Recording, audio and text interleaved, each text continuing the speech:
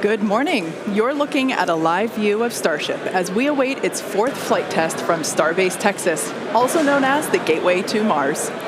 Thanks for tuning in. We're excited to be joining you once again from SpaceX headquarters in Hawthorne, California. As you can tell, the crowd is getting excited behind us. We're here in front of Mission Control Center. Now, we are targeting liftoff at 7:50 a.m. Central Time in just over 30 minutes from now. It's been roughly 2.5 months since our last Starship flight test, and the turnaround time between these tests just keeps getting shorter and shorter. Today, we hope to surpass what we achieved in Flight Test 3 in March. Our primary goal is to get through the extreme heat of Starship reentry, which is no easy feat. As with all of our flight tests, our goal is to collect as much data as possible. Every flight gets us another step closer to a fully operational Starship. Starship is the most powerful vehicle ever developed and the first design of a rocket that is capable of making life multiplanetary. Starship will allow us to land humans on the moon again after more than half a century, fly the heaviest payloads ever flown, and ultimately fly humans further into space than ever before. Getting there will require us to fly frequently, which is why we're producing so fast. We already have hardware built and are preparing for our next several flights. But the most important thing about Starship is that it's designed to be fully and rapidly reusable, and of course, reliable. We've been designing from day one to realize a vision of having an entire city of people on Mars, something we know will take launching millions of pounds of cargo and equipment into space spread across thousands of launches. The faster we can learn now, the faster we can improve and evolve Starship to achieve this vision. And that brings us to today's flight test, the fourth of many that will get us one step closer to Mars. But before we dive into the details of today's test, let's do a quick rewind and talk about our last integrated flight test, Flight 3. On March 14th, Starship successfully lifted off at 8:25 a.m. Central Time from Starbase, Texas. It cleared the launch tower and went on to accomplish several major milestones and firsts. All 33 Raptor engines on the Super Heavy booster started up successfully and completed a full duration 2-minute and 41-second ascent burn. Then we saw our second ever hot stage separation, powering down all but 3 of Super Heavy's Raptor engines and then igniting the ship's 6 Raptors to create separation. Next, Super Heavy completed its flip maneuver and ignited the 13 center engines for the boost back burn to send it towards its splashdown point in the Gulf of Mexico. All 13 engines ran successfully until 6 engines began shutting down, triggering an early end to the boost back. After descent, we attempted the first ever Super Heavy landing burn, which uses the same 13 center engines that we used on boost back.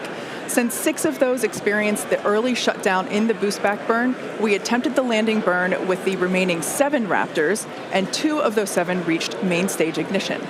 In the end, contact was lost with the booster at approximately 462 meters in altitude over the Gulf of Mexico, just under 7 minutes into the mission. Post-flight data reviews showed that the early boost back burn shutoff was most likely caused by filter blockage where oxygen is supplied to the engines. We saw a similar issue on Flight 2 and had added hardware to mitigate it, which worked to get us to our first ever landing burn attempt.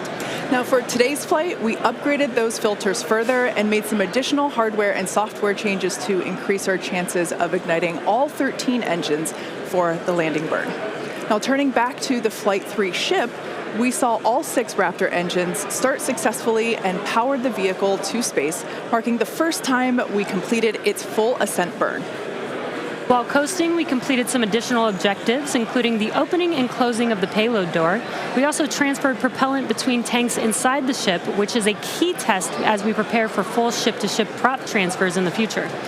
Once we were into our coast, though, the ship gradually lost the ability to control its attitude or orientation, which is done with smaller thrusters around the spacecraft. As a result, the vehicle experienced some unplanned rolling. It still flew on the planned trajectory, but losing attitude control triggered the flight computer to skip a planned relight of a single Raptor engine while on orbit. And then the moment that we all had been looking forward to for so long, as you can see here, the ship's re-entry from space. This was the first time that we were able to get real live flight data on things like heating and vehicle control during hypersonic re-entry, of which we will talk more about later. Not having attitude control meant both protected and unprotected areas saw heating much higher than anticipated.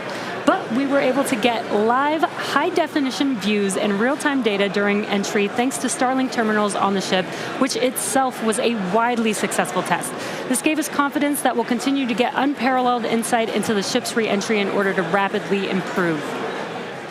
And as they say, all good things must come to an end. And for Flight 3, this occurred when contact with the ship was lost at approximately 65 kilometers in altitude, roughly 50 minutes into the mission.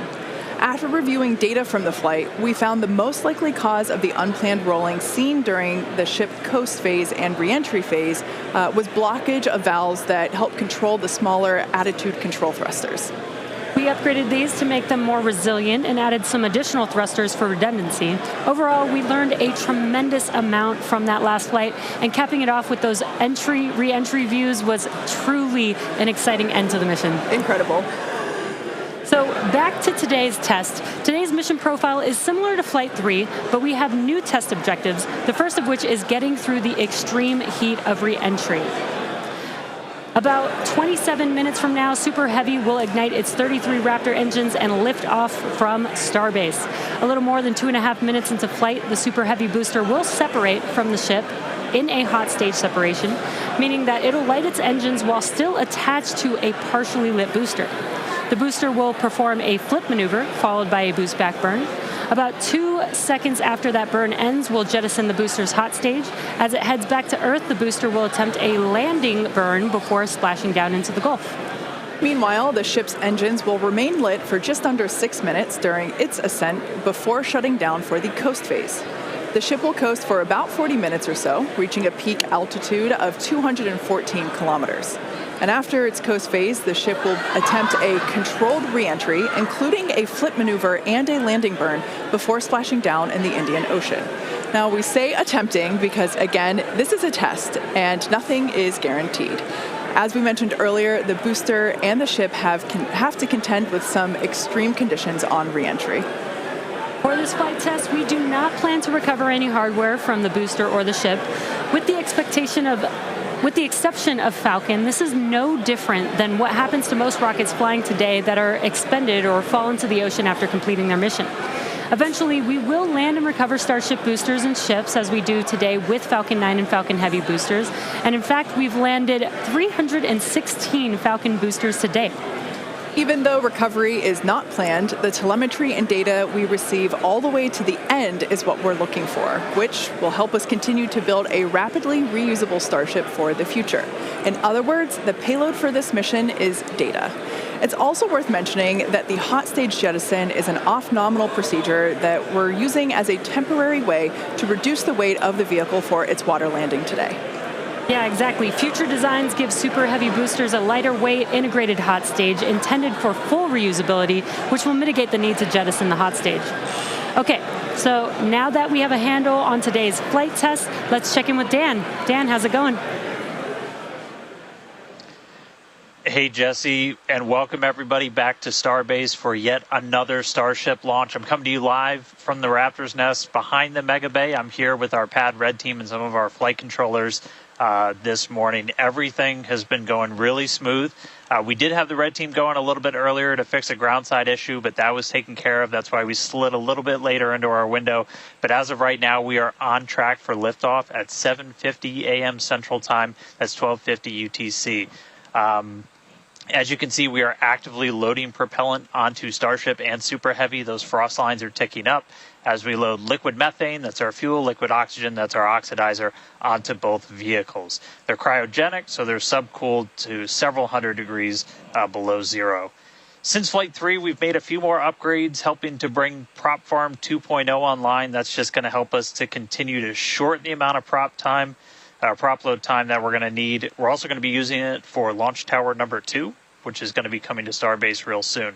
The faster we go, the less prop we're going to lose to boil off, and the better we can ensure things like temperatures are in the right range for Raptor startup. Now, those first 2 flights took about 90 minutes to load prop on board. That third, we knocked it all the way down to just 51 minutes. We're aiming for about 46 minutes of prop load time for today's op, eventually hoping to get that down all the way to 40, which for some context, that's just 5 minutes more than we take to load Falcon 9, but we're doing it with 10 times the amount. So this morning, ship prop load started at T-minus 50 minutes, booster at T-minus 43 minutes. We're going to pause the ship main tank prop load in just a couple of minutes to do the header tanks, which are going to do that attempted ship landing burn. We expect the ship to close out all of its prop at about 3 minutes and 20 seconds before liftoff, and then booster at about 2:50. Now, our final countdown sequence is going to look very familiar. It's going to be the exact same as it was on flights 2 and 3. So we'll light those engines, and then about 4 seconds later, we will actually see it lift off. But I mean, right now, we are just under 23 minutes away from launch. We're not working any issues either with the vehicle, the range. Weather is 95% go, so not dealing with any winds or weather issues today. If we do have to scrub, our next attempt would probably be about 48 hours from now. It's all going to be driven by commodities and just how far we get into the count. But everything looking good for liftoff just about 22 and a half minutes from now. I'll check back in with you guys in a few minutes, and I'll send it back over to Kate and Jesse. Excellent. Thanks, Dan. Flight tests like today are the fastest possible route for us to dramatically improve Starship's capabilities. The Starship flying today has already seen a number of changes based on what we learned from Flight Test 3 in March, which was only 2.5 months ago. Development moves really fast here at SpaceX. Let's take a closer look at the iteration of the vehicle flying today. Starship is comprised of two elements, the ship, which has 6 Raptor engines, and the Super Heavy booster, which has 33 Raptor engines. The current iteration of Starship is essentially an experimental vehicle flying for development. Starship 2 will be capable of carrying more than 100 tons to orbit, and Starship 3 will be able to handle more than 200 tons to orbit. Compared to Saturn V, the rocket that first took astronauts to the moon, Starship has more than twice the thrust. And with a few planned upgrades, Starship will have 3 times the thrust of Saturn V, plus the added benefit of full reusability. The amount of mass that we're able to launch per rocket is crucial to creating a self-sustaining city on Mars. Now, to get a sense of how big Starship is, let's start with the average-sized human, which is about 2 meters high. And towering over our average human is the length of the Millennium Falcon, which comes in at 35 meters. Our Falcon 9 rocket with the payload fairing attached is double the size of the Millennium Falcon at 70 meters, and nearly twice the size of that is the fully integrated Starship at 121 meters tall. The ship is about 50 meters tall, and the Super Heavy booster alone stands 71 meters. Eventually, the ship and booster will get even taller. Starship's first stage has a diameter roughly 2.5 times that of Falcon 9, and with 33 much larger Raptor engines, as you see there. I love this view because we don't have this view on our Falcon missions. This is looking up under the Super Heavy booster. Now, moving up the rocket, the ship features 6 Raptors, 3 sea-level engines, and 3 vacuum engines, which, as the name suggests, are optimized to operate in the vacuum of space. And Starship is designed for vertical takeoff and landing on any hard surface. The ship is also outfitted with 4 flaps to help aerodynamically control the vehicle's attitude during atmospheric flight and enable a precise landing. And in between the first and second stages is our hot stage, our newest separation technique, which we saw in action during flight tests 2 and 3. The body of Starship is wrapped in a heat shield made up of 18,000 hexagonal ceramic tiles designed to insulate the vehicle during atmospheric entry, where temperatures can be as high as 2,600 degrees Fahrenheit or over 1,400 degrees Celsius. Speaking of those heat shield tiles, re-entry was a pretty exciting first for our team, and Starlink allowed us to gather critical data about this stage of flight. Reusability significantly reduces the cost of space travel, and it's the key to making humans a multi-planet species. Starship is designed for rapid reusability, which means the booster and the ship need to re-enter Earth's atmosphere and land back precisely at the launch site.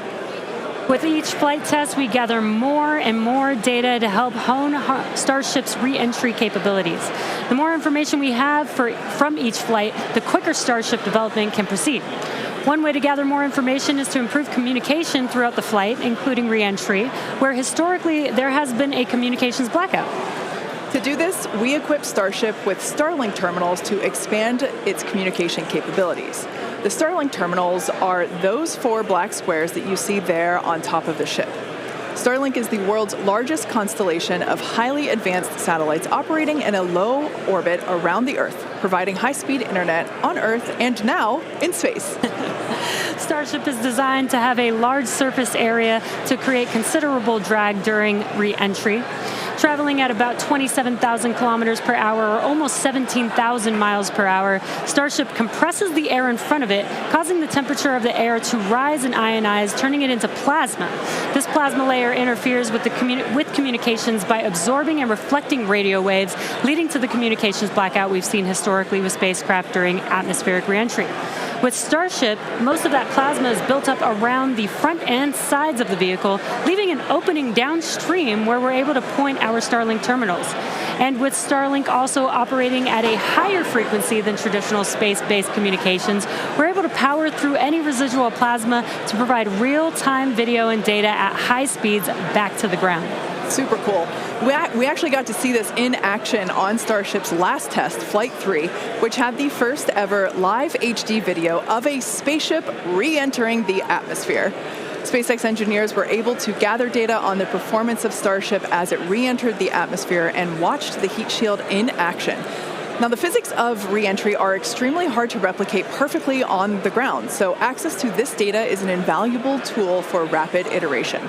In fact, one cool observation from that Flight 3 was seeing how shock waves form at different parts of the vehicle and how they interact to put pressure on the ship, especially the flaps. This is really valuable for Starship since no spacecraft has ever flown with 4 movable flaps like what we use for aerodynamic control. Starship's greatest strength will be rapid and reliable reusability, and Starlink has become a critical tool to make that a reality. Over the next few flights, we'll continue to improve the Starlink performance on Starship, eventually enabling more views and enabling more data to be transmitted in real time. And we'll keep experimenting during entry. You might have noticed a few tiles missing or looking different near the bottom of Starship.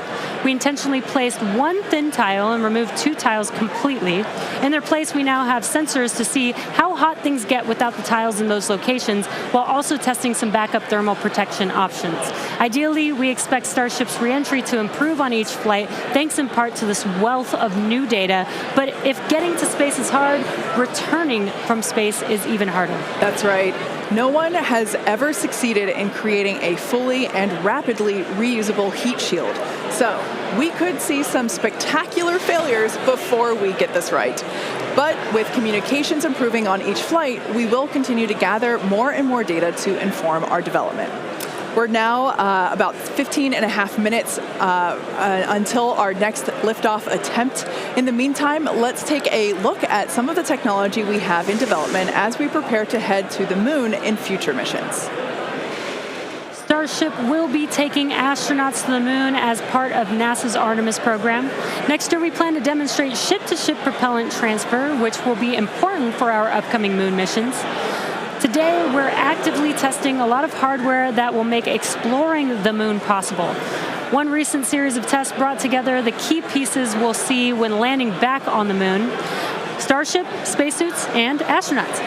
Together with Axiom and NASA, our teams put 2 astronauts in pressurized Axiom spacesuits and practiced the first steps of going to the lunar surface. The team used test builds of a Starship airlock, as you see there, and elevator to gather data on how well future Artemis astronauts will be able to move around once fully suited. Tests like this are incredibly helpful for engineers designing these systems, as they have the opportunity to get feedback directly from experienced astronauts Peggy Whitson, who is on the right of this photo, and Doug Wheelock, who's on the left. You can see them in action during this elevator test. SpaceX will perform 1 uncrewed demonstration flight before NASA's Artemis 3 mission, which will be the first human surface expedition since 1972. After those first expeditions, we'll be ready to fly more people along with everything it takes to build a moon base. In many ways, Artemis feels like an extension of the human spaceflight work SpaceX and NASA have been partnering on for some time now. In fact, we just celebrated the anniversary of the Demo 2 mission. That's right. Just 4 years ago, on May 30th, 2020, SpaceX launched the first crewed test flight of our Crew Dragon spacecraft. Dragon carried NASA astronauts Douglas Hurley and Robert Behnken to the International Space Station in the first crewed orbital spaceflight launched from the United States since the final Space Shuttle mission in 2011, and the first ever operated by a commercial provider. You can see Bob and Doug there on your screen. That was certainly a memorable day for all of us here at SpaceX, one that we fondly think back on. And it's exciting to think about Starship being the next to take its first astronauts to the moon. In tandem with Starship development, all of our operational human spaceflight missions are helping us prepare for those future trips to the moon. Our upcoming private astronaut mission, Polaris Dawn, you can see the crew there on your screen. They will play a big role in testing procedures that will be relevant to our moon and eventually Mars missions. We're looking forward to the third Polaris Dawn mission, which will be the first crewed Starship flight. The Polaris Dawn crew will attempt to reach the highest apogee ever flown by a spacecraft, and they'll also be performing a spacewalk, or extravehicular activity, wearing SpaceX's newly designed spacesuits. They'll also be testing space-based communications, which will be critical to future deep space missions. The Polaris Dawn mission is currently targeted to launch no earlier than July of this year, so stay tuned, because that is going to be a very exciting mission to watch. In the meantime, at T-minus 12 minutes, let's check back in with Dan on today's countdown. Hey, thanks, Jesse. Everything continues to go real smoothly. It's been a real quiet day so far. The board looks really clean, not tracking any impediments to a launch just under 12 minutes from now. Prop loads continuing. Looking at the numbers real quick, we're about 85% full on the ship. We did pause to start filling those header tanks on ship. Again, those are the two smaller tanks in the very top of the nose cone that we're going to use for that attempted landing burn with ship.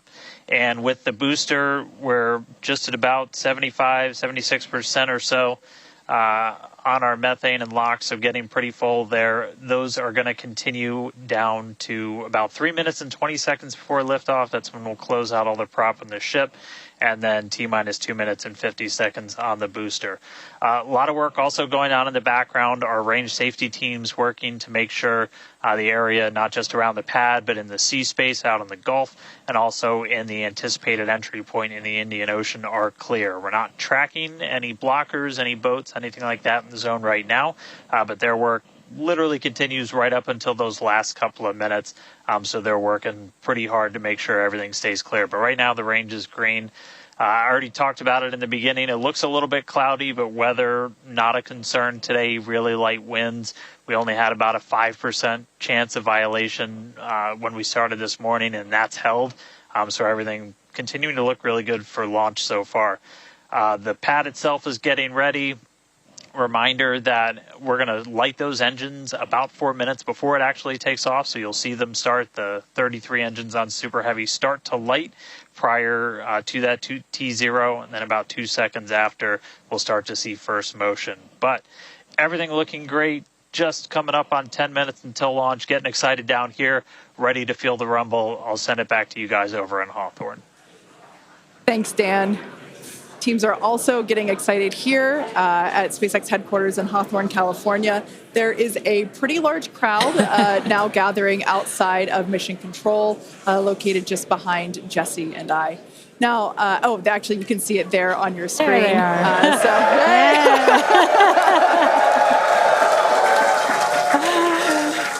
Everyone getting super pumped for our fourth flight test.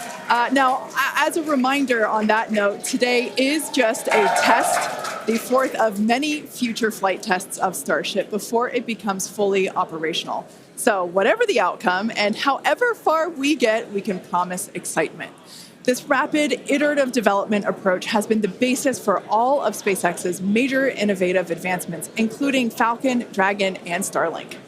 Today, we've successfully landed Falcon 9 boosters 316 times, changing humanity's understanding of what's possible when it comes to rocket reusability. And even though we are not recovering the booster or ship today, test flights like these provide critical data through every phase of flight.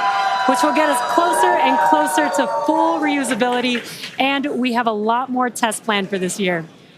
When we start recovering Starship boosters, we'll want them to return to the launch site for a quicker turnaround, which you can see in this animation on your screen. And that's when the tower reveals its dual purpose. After launch, the arms or chopsticks on the tower will help guide the booster into position to ensure a precision landing. And our goal for the near future is to have 4 launch towers, 2 in Cape Canaveral in Florida, and they will look very similar to the ones that you see here in this animation. As we know, we find that our renderings tend to end up looking really similar to real life. So while this is a rendering, we do know we can look forward to this in the future. Like I said, we're going to have 2 at Cape Canaveral in Florida and 2 located at Starbase. Starbase will continue to be used for flight tests, and the towers at the Cape will come online as we prepare to fly operational Starship missions. In fact, we recently upgraded the actuators in the chopsticks, which are responsible for swinging those arms in for a catch. And we'll be testing an operational step on this flight by moving the chopsticks to the catch position immediately after Starship flies away. That's going to be really incredible to see. As we mentioned, we have a lot more tests planned for this year, so we need a lot more hardware. Today we have ships and Super Heavy boosters built and either ready to launch or in testing for the next several flights, with more coming off of the production line as SpaceX's Star Factory continues to grow. The latest phase of the factory currently under construction will come online this summer, giving us several 100,000 more square feet of space. Yeah, when you step into this factory, it is truly inspirational. My heart jumps out of my chest every time I'm there. Now, this will enable us to increase our production rate significantly as we build toward our long-term goal of producing 1 ship per day. And coming off the production line soon, Starship version 2. Now, with all that being said, let's check back in with Dan for the latest as we head into the terminal count.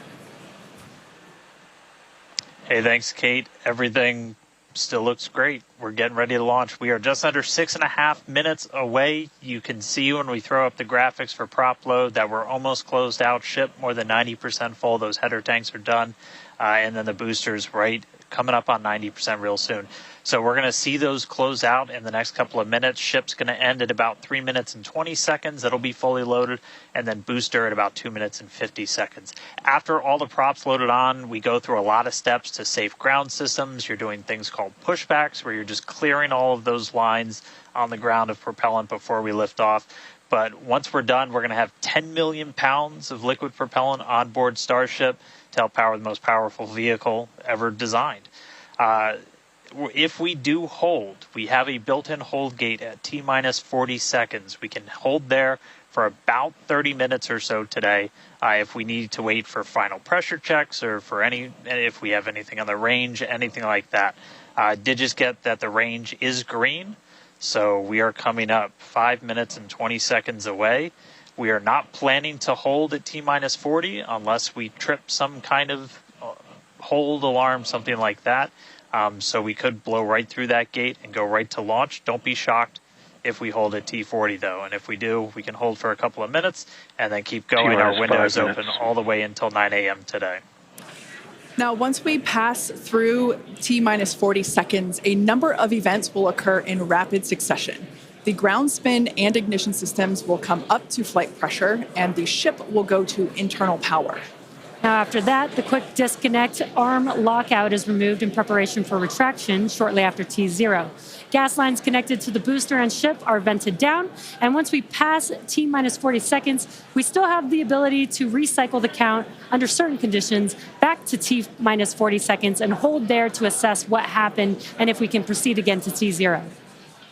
However, once the water for the deflector system begins flowing at T-minus 10 seconds, any issue after that would be an automatic scrub for the day, as teams would need to refill the deflector's water tanks, as well as the lock storage tanks at the tank farm before making another attempt. So, as Dan mentioned earlier, we are not planning to hold at the optional T-minus 40 second mark.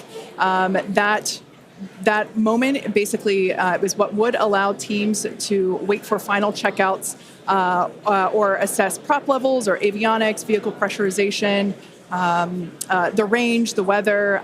Weather is 95% go, as you can see from these incredible drone views that we have and pad cams. It is a beautiful day. Of course, we have some clouds billowing from the locks there. Yeah, and again, a reminder that the payload for this mission is data, and our primary goal is to get ship through the extreme heat of reentry today.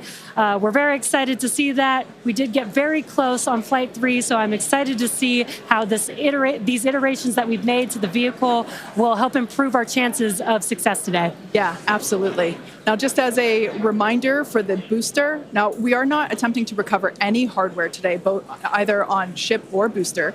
For the booster, we will be attempting to perform a landing burn to have a soft splashdown in the Gulf of Mexico. We made some improvements from our Flight 3 learnings, so hopefully that will work and we'll see a successful soft splashdown. For the ship, we're hoping to demonstrate controlled re-entry, including a flip maneuver and landing burn, and that will be followed by splashdown in the Indian Ocean. That is the same target as we had on Flight 3, so everything should look pretty similar in that regard. And we just heard the call out there that all prop load is closed out, so at this point, there is like 10 million pounds of propellant on board Starship, which is incredible. This is getting very exciting. We are just about 2 minutes away from T0.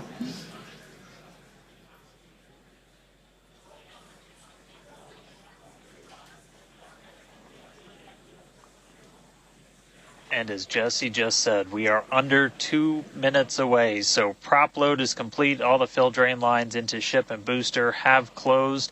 Right now we're doing the pushback, so clearing out all those ground lines of propellant. And that'll be completed over the next couple of seconds. We're coming up on that T-minus 40 mark. Again, not planning to hold. If we do, or if we get a hold after we pass it, we can snap back to that T-minus 40, and then we can stay there for about 30 minutes or so if any other issues crop up. Once we pass T-minus 40, a lot of things happen, both on the vehicle and the ground. It's running a lot of its own self-checkouts, venting different tanks and pressure lines throughout the vehicle. We essentially built that 40 seconds as that's about how much time it takes for the vehicle to take all of those actions, which is why we hold there. But all of that happens automated. You do a final checkout of the TVC, the thrust vector control, how we're going to steer. And then we see liftoff. So we're under a minute away.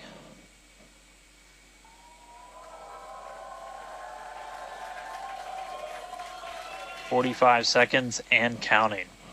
Good event, gate met. All right, now as we close in, we are past the 40-second mark. So let's listen in. Flight Director Ty Huntington's going to take us through one more time for a Starship liftoff.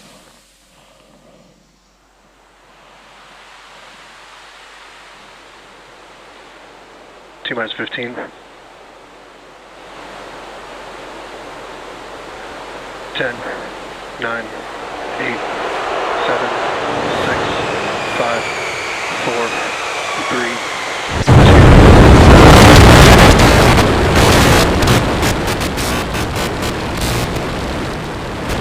We have liftoff.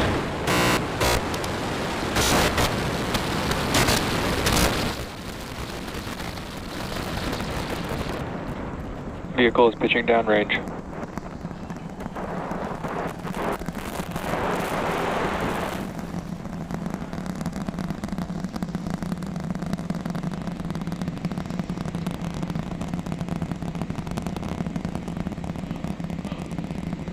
All right, 30 seconds into flight. The rumbles are still building here in the Raptor's nest. We're seeing 32 out of 33 engines lit on the Super Heavy right now. Coming up shortly is going to be max Q, that maximum aerodynamic pressure as we go uphill on the vehicle.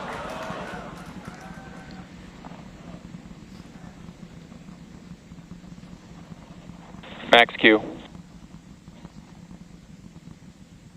All right, we just passed through max Q, so we're going to continue on up. We still have about Vehicle is a supersonic. minute and 30 seconds until we get to stage separation. Starship now flying faster than the speed of sound.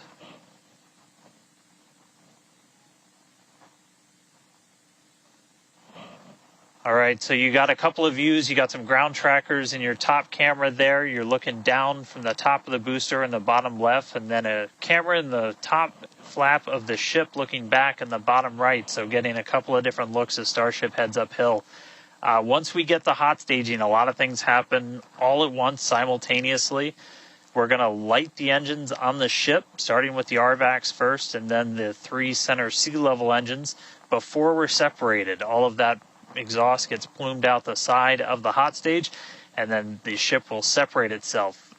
All but the 3 center engines on the booster are going to shut down, so the booster never stops its thrust while we go through this hot stage maneuver. After that, the booster is going to do its flip, start heading back, and then the ship will be on its own power on its way to space. So that should be coming up in just about 30 seconds from now. As of right now, still looking in like 32 out of 33 Raptors lit on the booster. And we'll start to see those stagger down. They're going to turn off in banks, so you'll see the lights on the bottom left screen of the engines that are active start to turn off in different groups, and you'll see those 3 center ones lit. Booster engine cut off. Ship ignition. Stage separation confirmed. Boost back burn, start up.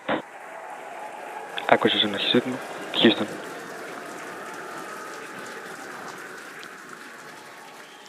Hot stage confirmed. Ship under its own power. Booster boosting back. Looks like all 13 are lit. Kate, we got a booster on the way back to the Gulf and a ship on the way to space. Acquisition signal. Status. Ship chamber pressures are nominal. Ship power and telemetry nominal. All right, the first stage currently performing the boost back burn. This is expected to last a little over 1 minute. This propels the booster back toward the coast, taking it to a landing in the waters of the Gulf of Mexico. As you can see on your screen in the bottom left-hand corner, we were only using the 13 center engines from here on. Boost back burn, shut down. Heard confirmation there of good boost back burn shutdown. Stage 2 tank pressures are nominal.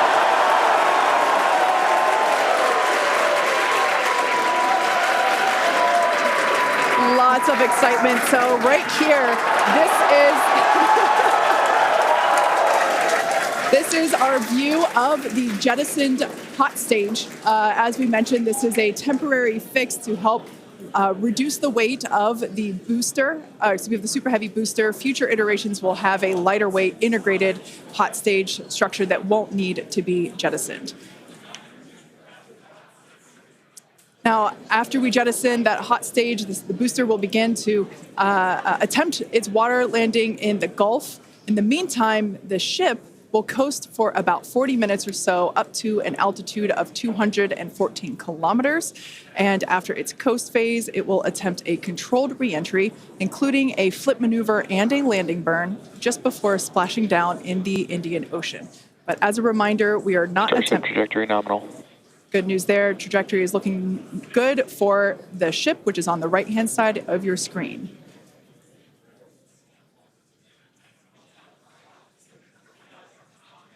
At this point in time, as you can see, we have no engines lit on the booster. It is coasting back toward the Gulf of Mexico for a water landing and ship under power of all 6 Raptor engines. There's 3 sea level and 3 vacuum Raptor engines that are lit, as we can see on your screen.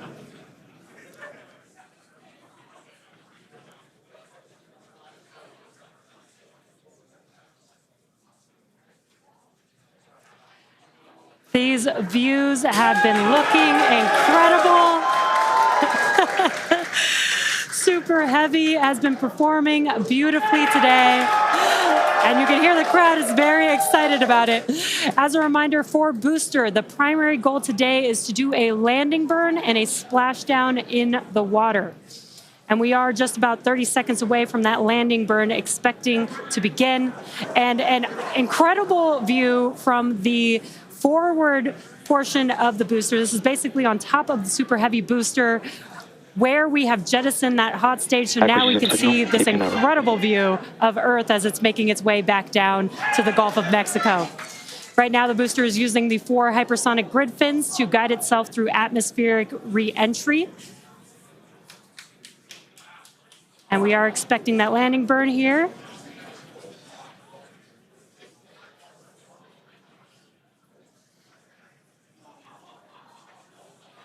And we will be igniting 13 engines, and this is a great view. On your left-hand side is 3 views from the booster, and your right-hand side a view from the ship. And you can see those grid fins on your left-hand screen rotating and turning to guide the booster, and there's that landing burn.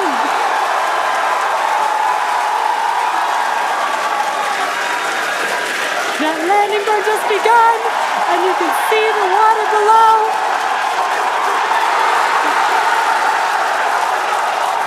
And we have splashdown.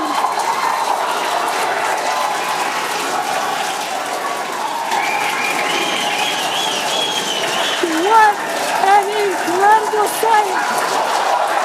Congratulations to the SpaceX team! Ship has entered terminal guidance. That was absolutely incredible. The first successful splashdown of the Super Heavy booster. Loved seeing it just tip over into the water before losing that footage.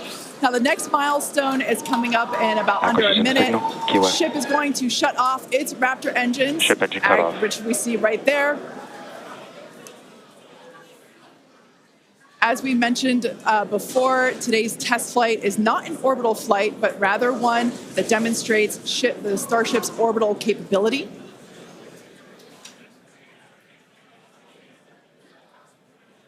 So right now, we are under power with just the 3 center Raptor engines. Expecting those, and just there we could see that those have also successfully cut off.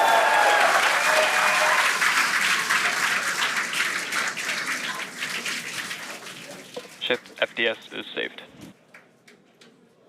What an incredible Nominal orbit insertion. Oh, there's great news there. The call out we were hoping to hear. Amazing views once again from Starship. We have our second Starship in space. These live views being brought to us by Starlink, which is on board the ship. Dan, what an incredible view we have once again. So exciting. We got another ship in space.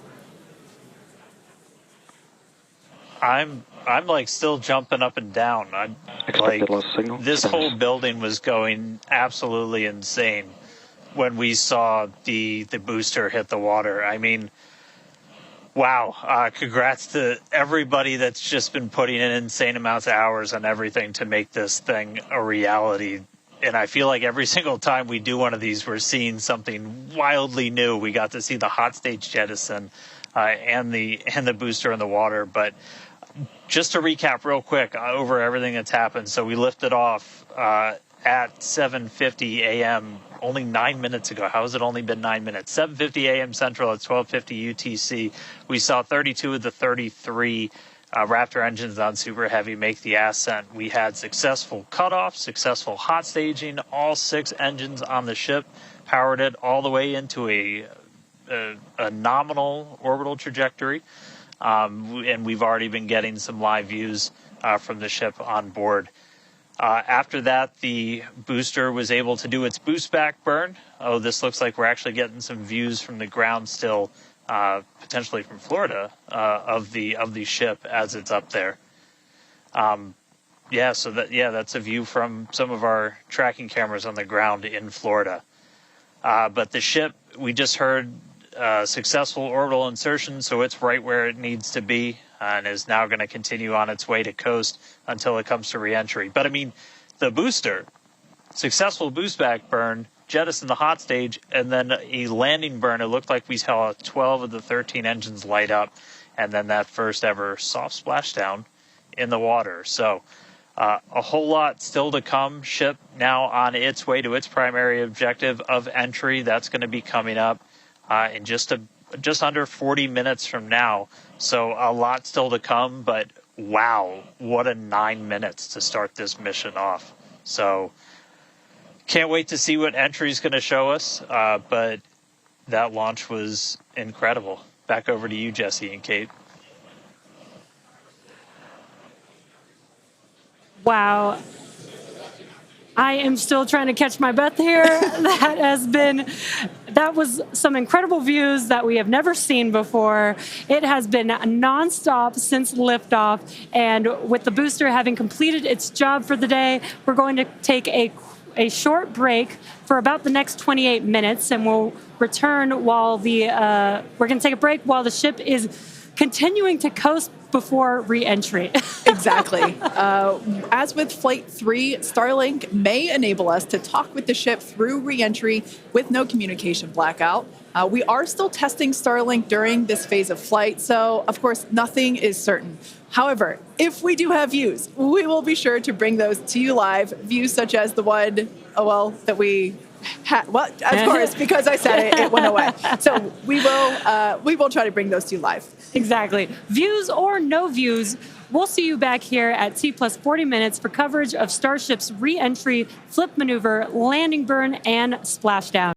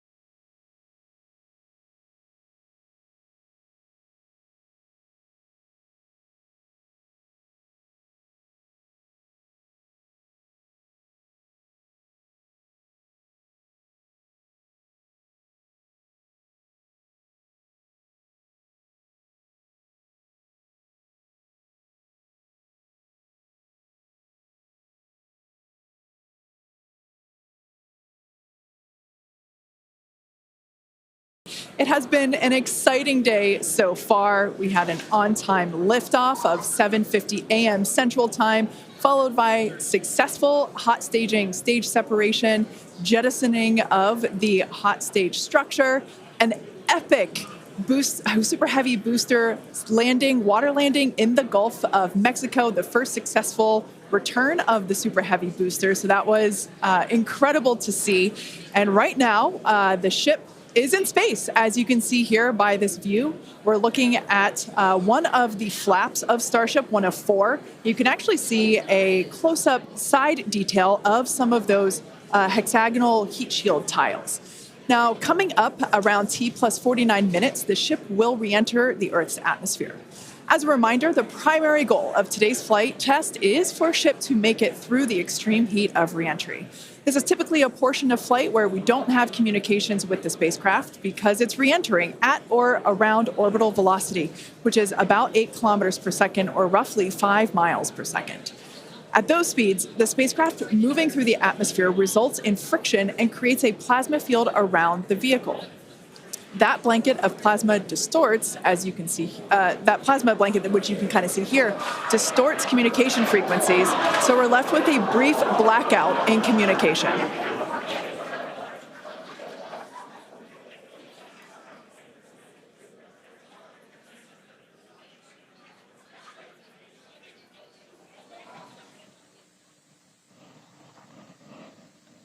Yeah, that's right, Kate. And Starlink's what's really allowing us to capture as much data as possible, especially through this reentry.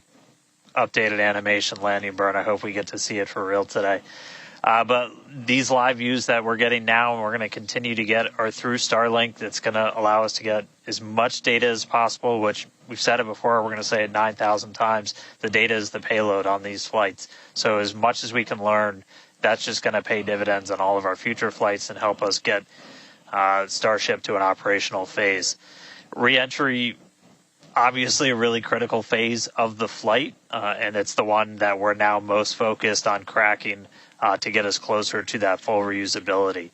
Starlink is going to be able to send us data back all the way through reentry. We've done some additional testing, and we're expecting to be able to get data from Starlink thanks to its high frequency and kind of the orientation and everything of Starship all the way through reentry. And then got a new view here. We have 2 external views. We had this one on Flight 3. We've got 2 for this one.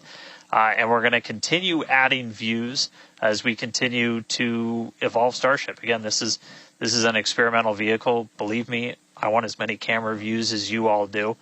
So huge shout out to the AVI and the software teams and everybody that's been working with us. We're getting more cameras on Starship. Not just because it looks cool, but this provides an incredible insight into reentry, which is, historically a really tough window to look through. Approaching entry interface. The physics of reentry are insanely intense. One of my favorite NASA astronauts, Victor Glover, recently described it as with the forces and the flows and the temperatures, it's like pointing at a raging river in one spot and saying, tell me exactly what's happening right there. And that's what a ship is experiencing as it goes through, as it's moving through the atmosphere at, more than 5 miles a second and heating up to thousands of degrees. So just having visual representation, just being able to see what's happening is incredibly valuable. So these views are going to be through Starlink. We've got this one. This is in one of the forward flaps looking back. So if you see it rotating around, that's because, again, it's embedded in one of those forward flaps.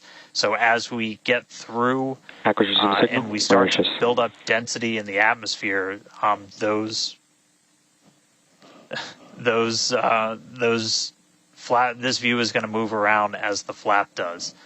And then the other one we had a little bit earlier is looking at one of the other forward flaps on the other side. Eventually, we're going to keep adding more cameras to Starship, get a couple of different views from the outside of all the different areas, and then also eventually to be able to see payloads once they're deployed. So a lot more exciting stuff coming up in the future. But right now we're getting closer to reentry. Again, we're going to be moving at hypersonic speeds at more than 5 times the speed of sound. We're going to see that plasma start to build. So, Kate, Jesse, excitement coming up. Yeah, as you can see with that view on your screen again, high def brought to us by Starlink. We can see the plasma beginning to build as the ship is getting closer to the Earth's atmosphere. Now, let's talk a little bit about how Starship will survive reentry, hopefully, and control itself. Exactly. We've been talking about this entire flight test. There's 18,000 hexagonal ceramic tiles surrounding the bottom portion or the Earth-facing side of the ship. Passing through 100 kilometers altitude. Good attitude for entry. Great call outs there. Now, during atmospheric reentry, the vehicle is going to see temperatures as high as 2,600 degrees Fahrenheit or over 1,400 degrees Celsius. So those tiles are there to help protect the vehicle from this extreme heat. Yeah, and the flaps will help control it. Now, one noticeable difference I see immediately, those flaps are not moving as much as they were on Flight 3. So that is a great sign, right? We had unplanned loss of roll control on Flight 3, so we added some additional thrusters, and we can see that they're working well, and we have a much more stable view. So those flaps, there's 4 of them, 2 at the top and 2 at the bottom. They're made out of stainless steel. And they help steer the ship, which, as we can see, the plasma continuing to build. Now, if the ship survives reentry, it will have to perform a flip maneuver as well as a landing burn. We saw this demonstrated in a couple of high-altitude flight tests back in like 2020, 2021. Similarly, Temperatures increasing on the nose within expected ranges. Great news there. It sounds like the temperatures that we are getting during this point, which again, we usually don't get during spaceflight because of this plasma. We're getting this live. This is a great news. So similarly to, for example, the serial number 10 test that we saw a couple years ago, we're hoping to duplicate that again today. Hopefully we will see it live. And basically the 3 center engines of the ship will reignite and gimbal or point to help flip the ship until those engines are pointing down so that it can land vertically using Raptor's thrust. And as you can see, even from the beginning of the program, we've designed Starship to land on Mars where there are no runways or other humans to help out. We also want rapid reusability, so we're doing... The vehicle is passing through 85 kilometers altitude. The flaps have control of the vehicle. Great news. Flaps have control of the vehicle. That's exactly what we want to hear for this flight test. Yeah. Again, we are going to be doing a propulsive landing instead of a more traditional means like parachutes. And we are expecting re-entry to begin here in just about a minute. Re-entry, an awesome view that we have here. Starship remains on a good entry trajectory. This is the same view that we had when we first returned from the coast phase. Again, this is looking at the side of one of the flaps. It's incredible that literally at the bottom of this picture, we're basically looking through plasma, which is just absolutely mind-blowing. Wild, very wild. Now we are expecting entry to begin here in about 30 seconds or so. Entry to splashdown is expected to last about 6 minutes long. And that flip maneuver should occur around about 10 minutes before splashdown. And such incredible views that we're getting. Approaching peak heating region. Great call outs there. Yeah, these views are absolutely astounding. Nose temperatures continue to rise within expected region. And in your bottom right-hand corner, you can also follow along with the altitude of ship as it's returning back to Earth. So once again, this view is basically looking down into the plasma blanket that is building up around the exterior of Starship. It is traveling, as you can see on your screen. You can look in the bottom right-hand corner and see how fast it's going, how high it is, as well as the general orientation. Again, we're seeing a lot more stability, a lot more control here on this flight, which is great. It shows that the iterations, the learning... Starship is now in expected peak heating region. All right, great news there, telling us that this is basically the hottest point that Starship should get during its reentry. Now, the heat shield is working with the atmosphere for some free braking, okay? The atmosphere is helping to slow the Starship down. Yeah, exactly. We're not using any engines or thrust to slow the vehicle down. Exactly what Kate mentioned. We're just using the atmosphere and those heat shield tiles protecting the vehicle as it's coming through that high heat temperature. Yeah. Now, this is another one of those moments that we have been waiting for. Right now, the ship is currently re-entering the Earth's atmosphere, and by all looks and all callouts that we're hearing on the net, it is doing pretty well. Now, we do not plan to recover the spacecraft today, but rapid and reliable reusability is the ultimate goal.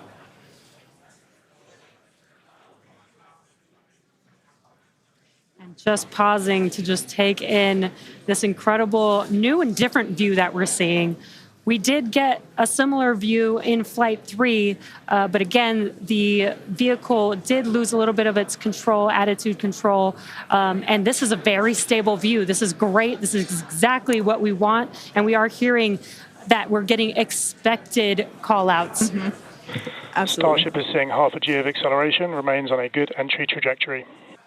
You know, it's incredible to look at this photo and wonder, wait, is it real? Is it frozen? You know, we can see so I was just going to say Those temperatures have stopped increasing. Oh, that is great news. The temperature is no longer building. But I was saying, like, we have a little bit of indication there. We can see that streaking that occurs and tells us that this is indeed a true view. So once again, we are looking basically through the plasma that is building up around the exterior of the ship. And I still cannot get over that we are getting a live view of re-entry right now, live on your screen. Again, we've said this over and over, but all thanks to Starlink. We are able to use Starlink in space, which we're getting this incredible data. And not only just the data from the sensors, but getting live imagery of what is actually happening, which is great, which we've never been able to do live before. Right. Now, just a quick future outlook here. So in about, at T plus about 1 hour and 2 minutes, we should hear a call out for entry transonic. That means that the ship is going near the speed of sound. And then about a minute after that, we'll hear another call out saying entry subsonic, meaning that the ship is going below the speed of sound. So these are all continued indications that the atmosphere, right, as the ship comes back down, it is getting through the more dense part of the atmosphere, and that atmosphere is helping to push against the vehicle, and those heat shields are protecting the vehicle during this high heat period.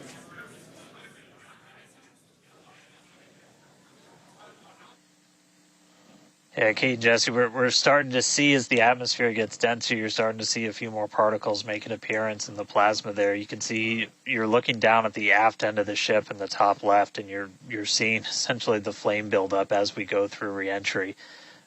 You've been hearing the call-outs. They're tracking things like temperatures in the nose cone, and those were right where we modeled them to be, which is really cool to see and to see in real time. But we're coming up. We're at about 67 kilometers in altitude. Our last signal with the ship on Flight 3 was at 65, so we should be making it past that point shortly. Obviously, as you guys pointed out, we're in a much better control this time as we re-entered in the right attitude, and our flaps have been steering the way so far. Once we get through transonic, that's when you've got essentially Raptor landing bird. Different areas around the vehicle where the air is either moving faster or slower than the speed of sound. We'll eventually get to subsonic, which we have some experience with. We did in our suborbital campaign. Start of rapid chill. And Starship will eventually get down to its terminal velocity as it's floating down to the water. That's just about 200 miles an hour or so. We are hearing that we're starting to chill some of the engines as we are, if we make it all the way down to the water, still going to attempt a landing burn, but still a ways to go. We're at about 64 kilometers in altitude right now. We made it through what's expected to be the peak heating, but now we're going to start encountering increased pressures as the atmosphere gets thicker and thicker. So we're at 63 kilometers, so we've already made it farther than we did on our last flight when that last signal was coming at 65 kilometers. So again, what we're really looking at here is the performance of the heat shield, of the flaps, of the seals in the flaps. There's just a whole bunch of different areas that we're keeping a really close eye on as we re-enter.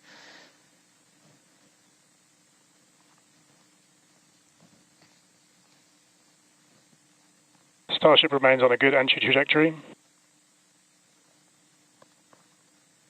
And looking like we're still on a good trajectory. If you're seeing little camera moves, that's the flap moving as it continues to maintain the attitude of the vehicle as it re-enters. And I mean, not just camera views, but we've got sensors inside the ship. We've got those sensors down at the very aft end of the vehicle where we pointed out we had some intentionally missing tiles, where we've got some sensors looking at just how hot it's getting around there. We intentionally put those in essentially the least critical part of the heat shield, where if you had any kind of a breach, it wouldn't be great for reusability, but wouldn't be critical for actual making it through the re-entry into the landing.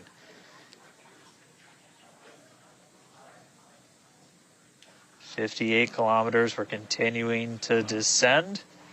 Again, right now we are over the Indian Ocean. We're actually getting closer and closer to that expected splashdown point, which is just to the off the northwest corner of Australia.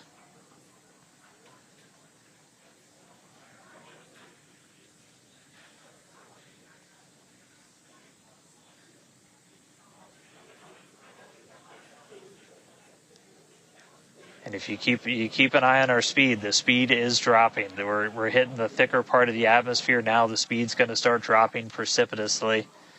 We're going to start getting to transonic pretty soon, and then after that we'll get into subsonic, where we're moving less than the speed of sound. But wow, what a light show so far!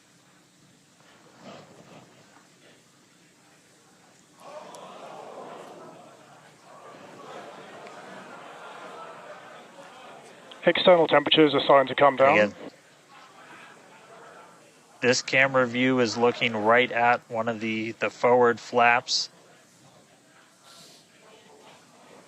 And we're strategically putting some cameras around the vehicle to just look at the different areas that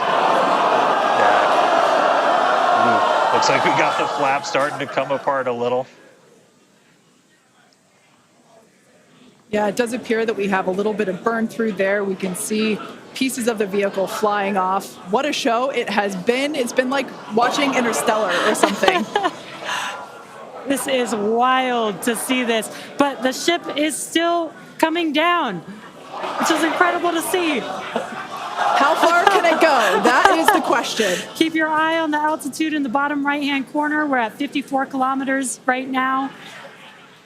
Now, ultimately, the data is the payload today. We've been saying it multiple times. Our teams are sitting, reviewing this data live, learning where the hot spots are. As you can see, there's an obvious hot spot there with the flap, and learning how we can improve this design. The goal was to get as far through this high heat re-entry as possible. Ideally, we'd love to make it all the way down and perform that landing burn and flip maneuver, but we may not get that far today. We will see.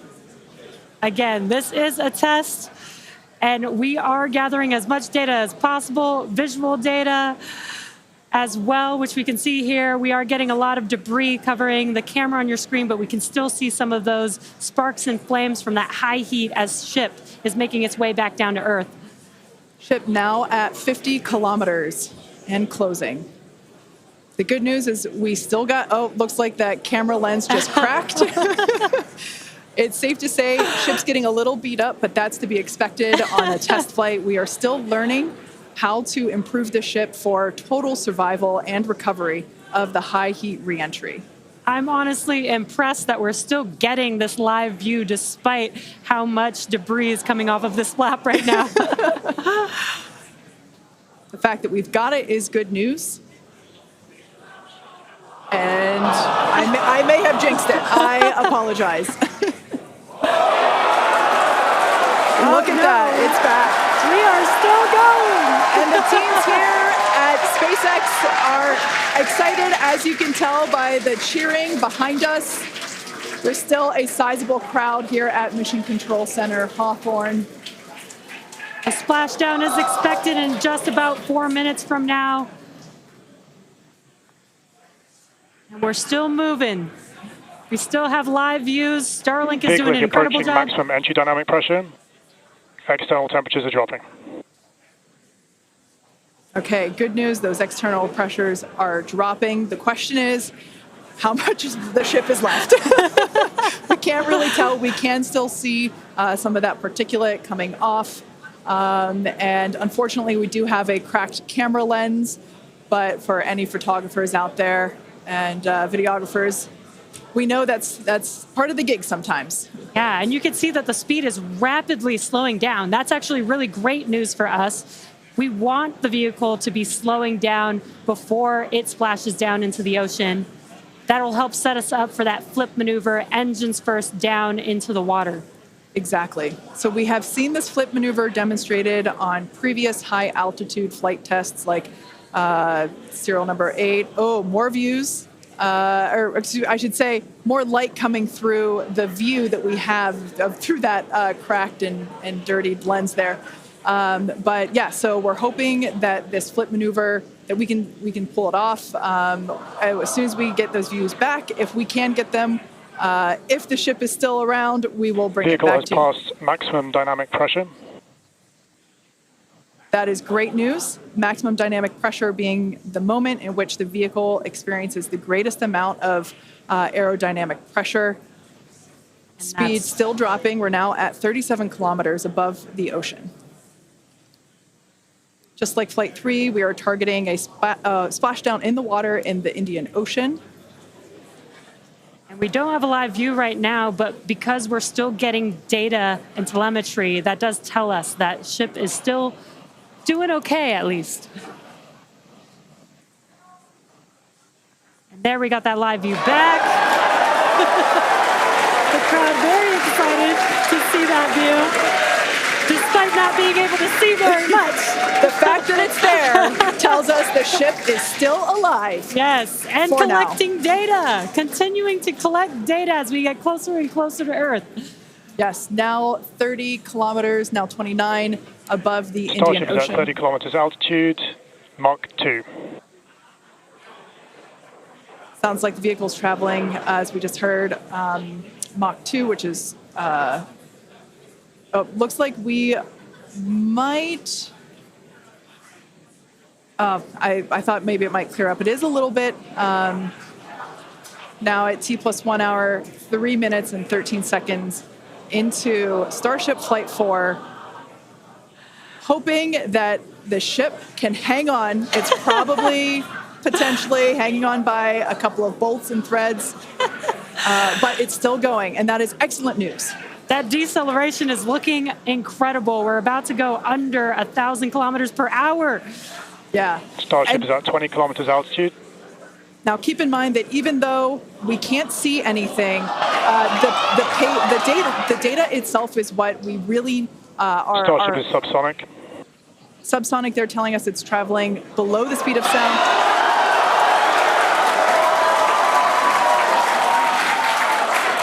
That movement means the flaps are actuating. I think we can see something. This is a nail biter. But we are, unfortunately, we can't see through the lens, but we're still getting the feed. Starship is now 11 kilometers over the ocean. All this data is incredibly important, even if, it breaks up right now. Okay, we can see that flap actuating through the glass. Starship is passing through 10 kilometers altitude. Okay, the next milestone will be initiation of the flip maneuver and landing burn. Keep an eye on the bottom right corner of your screen for those 3 center engines to relight. They will gimbal or angle so that the ship flips itself back up vertical and hopefully lands in a vertical position. And the crowd is very excited to get this view of that flap still Starship maneuvering. is passing through 5 kilometers altitude.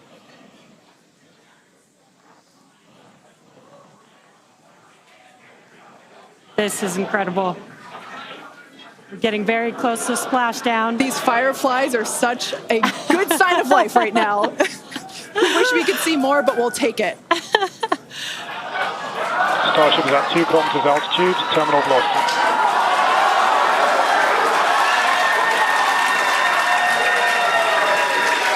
Landing burn startup for Starship. All right, good news there.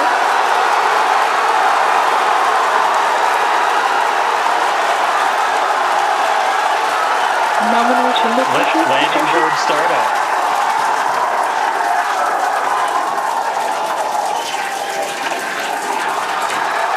Starship is in landing burn.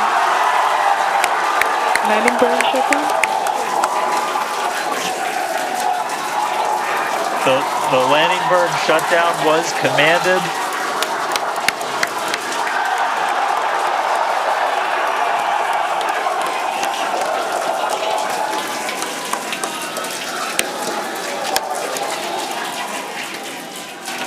Wow. I mean, it was a little bit of use your imagination as you were going down with what we could actually see, but we were able to hear the ship did its landing burn. It sounded Starship like we might have got shutdown. 2 engines.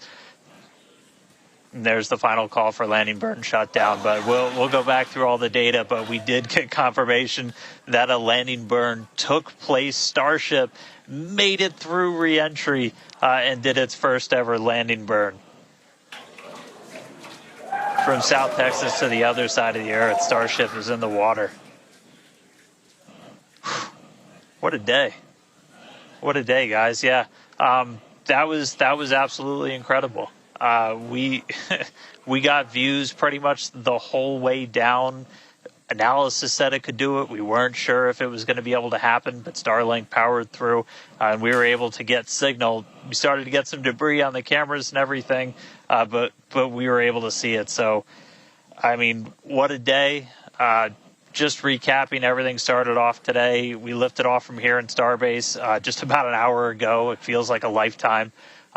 Successful super heavy ascent, boost back, and its own splashdown in the Gulf. Ship made it to space, kept its attitude. Successful re-entry through peak heating.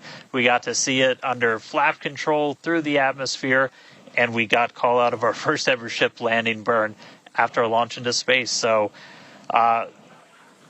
just really incredible. So I'm going to take some time to collect myself, but wow, that was incredible. I can't wait for the next one. Over to you guys. It was so loud here. I haven't heard the crowd get that loud probably since liftoff of Flight 1, honestly. That was incredible. Congratulations to our teammates, to everyone who supported the Starship program. Thanks to all of our future customers for your support. And we'd also like to thank the people of Cameron County, Texas, as well as the Coast Guard, the Federal Aviation Administration, and the government of Mexico. And since Starship got a little bit toasty from that extreme heat of reentry, and we've got our very own Starship right here, let's have a toast of our own. I've been waiting all morning for this. Okay, may I? Light me up. Yeah. Just like Starship, I like this toasty. I'm keeping this. Now, we've got more Starship test flights coming to you soon. Be sure to follow the SpaceX account on X for more updates from today's test flight and future Starship tests. Thanks for watching, and we will see you next time.